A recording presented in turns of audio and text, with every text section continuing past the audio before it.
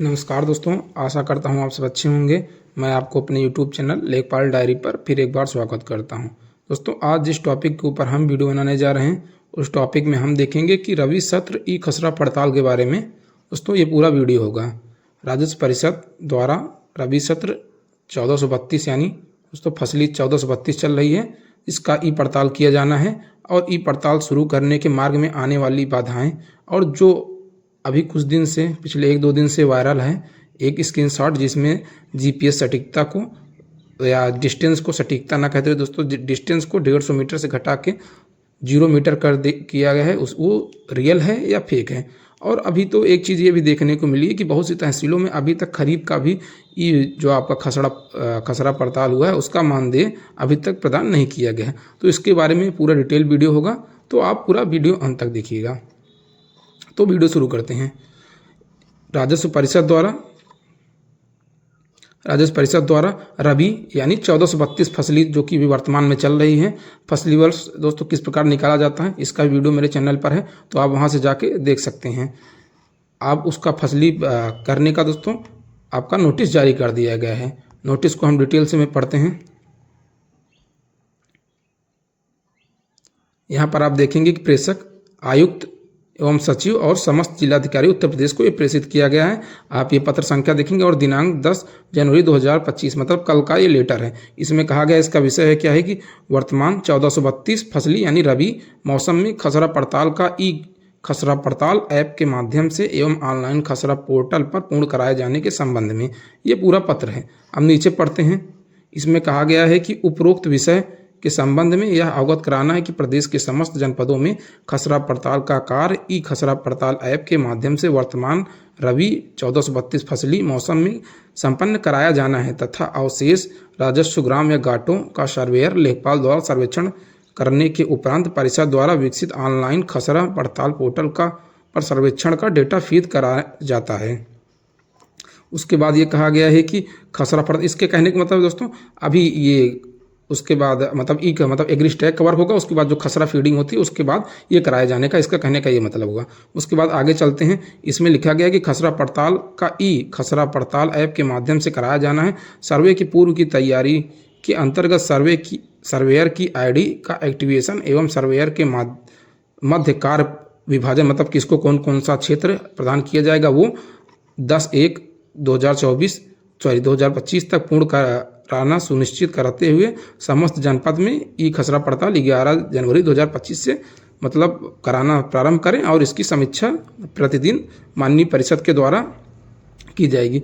ये दोस्तों पूरा जो कि लेटर है जिसके बारे में ये बातें शुरू हुई है पूरा। अब आप चलते हैं नेक्स्ट की ई खसरा पड़ताल शुरू करने के मार्ग में आने वाली कौन कौन सी प्रॉब्लम्स हैं जो कि मुख्य रूप से माननीय परिषद को ध्यान में रखनी चाहिए। दोस्तों, ये मेरा वीडियो बनाने का कोई ये पर्पज़ नहीं था कि मैं बताऊं कि बहुत समस्याएं होती हैं तो कोई मतलब परगाटे को 5 रुपये जहाँ 10 रुपये या 15 रुपये कर दिया जाए, तो ऐसी कोई समस्याएं नहीं है जो कि मैं बताने का उद्देश्य है। मेरे कहने का मोटा मोटी उद्देश्य ये है कि जो मूलभूत समस्याएँ हैं वो ज़रूर इस वीडियो के माध्यम से मेरी अगर पहुँचे तो ध्यान देना आवश्यक होगा। आप ये समझिए कि संपूर्ण उत्तर प्रदेश एक बहुत बड़े भौगोलिक क्षेत्र पर फैला हुआ है। समस्त क्षेत्रफल की भौगोलिक स्थिति अलग अलग होती है, हर जिले की अपनी अपनी एक अलग स्थिति होती है। कहीं आप समझिए कि पानी से भरा एरिया है तो कहीं सूखा है, तो कहीं बड़े बड़े पहाड़ हैं, कहीं कहीं ऊंचे ऊंचे जंगल हैं, ये सब चीज़ें स्थितियां हैं। उसके बाद भी आप समझिए दोस्तों, जैसे आप समझिए लखीमपुर खीरी, पीलीभीत जहाँ टाइगर प्रभावित क्षेत्र हैं वहाँ पर आप समझिए कि सुरक्षा की प्रॉब्लम है। जो सर्वेयर, लेखपाल या पंचायत सहायक जो भी क्षेत्र में काम करने जाते हैं उनके लिए ये भी समस्याएं उत्पन्न रहती हैं। उसको भी ध्यान में न रखते हुए आप ये चीज़ देखेंगे जीपीएस सटीकता के बारे में, या जो आप डिस्टेंस की बात करें इसको 150 मीटर से घटाकर 0 मीटर पर लाने का प्रयास किया गया। इससे दोस्तों बहुत सी अन्य समस्याएं भी उत्पन्न होती हैं।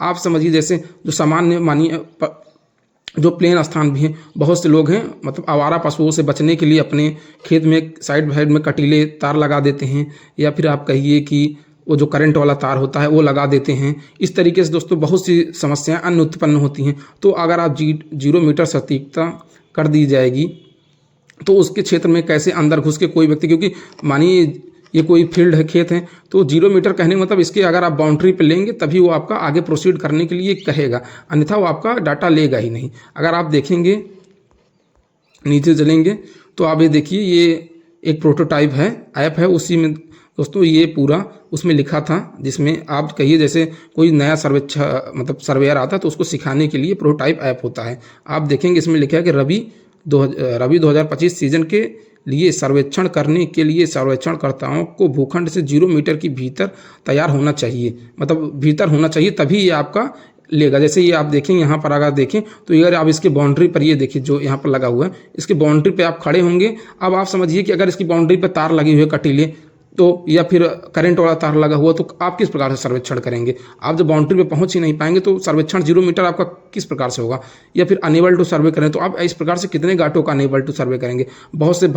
आप बहुत से समझिए, बहुत से स्थान हैं जहाँ पर उसके आसपास, मतलब आप ऐसे चलिए कि अंदर मतलब जंगल ही पूरे झील झंखाल है, कीड़े मकोड़े हैं, सांप बिच्छू, इस प्रकार के भी जीव हैं, तो उसमें मतलब अंदर जाके किस प्रकार का सर्वेक्षण किया जाएगा? आप स्वयं एक सोचने वाली बात है। आप ये एक बात और प्रैक्टिकल लीजिए, बहुत से लोग होते हैं वो अपने जो भूभाग होता है उनका मानिए आवास बना है, तो अपने मानिए इतना बड़ा घाटा है उनका, तो इससे अधिक पर कब्जा करके वो मतलब इससे अधिक पर वो काबिज हैं अपना घर बनाए। क्या मतलब आप बताइए कि उनके मतलब जब तक आप उनके बाउंड्री पर नहीं घुसेंगे, घर के अंदर नहीं घुसेंगे, तब तक वो 0 मीटर लेगा ही नहीं, तो आप किस प्रकार से इसका सर्वे करेंगे? दोस्तों अगर पिछली बार की बात की जाए तो कुछ साथियों का था, पिछली बार दोस्तों हर बार ये होता है कि रबी सीजन के लिए अलग डिस्टेंस, मतलब अगर जो भूखंड से दूरी होती है वो अलग होती है, और खरीफ मतलब हर सीजन में अलग अलग होती है।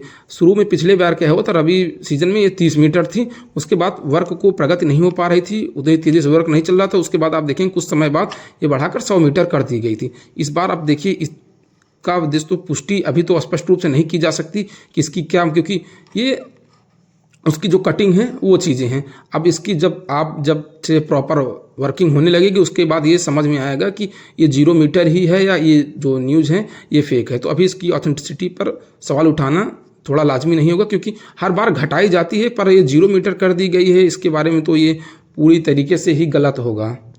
अब आगे चलते हैं। अन्य दोस्तों जो समस्याएं हैं वो भी बहुत हैं, अब उसके बारे में तो क्या ही की जाए। जैसे आप ये सब अन्य समस्याएं इसमें देखेंगे कि बहुत सी तहसीलों में खरीफ पड़ताल का मानदेय अभी तक प्राप्त राजस्व कर्मियों को नहीं हो सका है। दोस्तों ऐसी संख्या है, आप मानिए कि आप लगभग 20 से 30% तहसीलों में ही, लगभग 20 से 30% तहसीलों में ही, लगभग मतलब मैक्सिमम मैं डाटा बोल रहा हूँ, ज़्यादा से ज़्यादा 20 से 30% तहसीलों में ही अभी पैसे जो फंड प्राप्त हुआ था, जो जिन्होंने घाटों का सर्वे किया था वही प्रदान किया गया।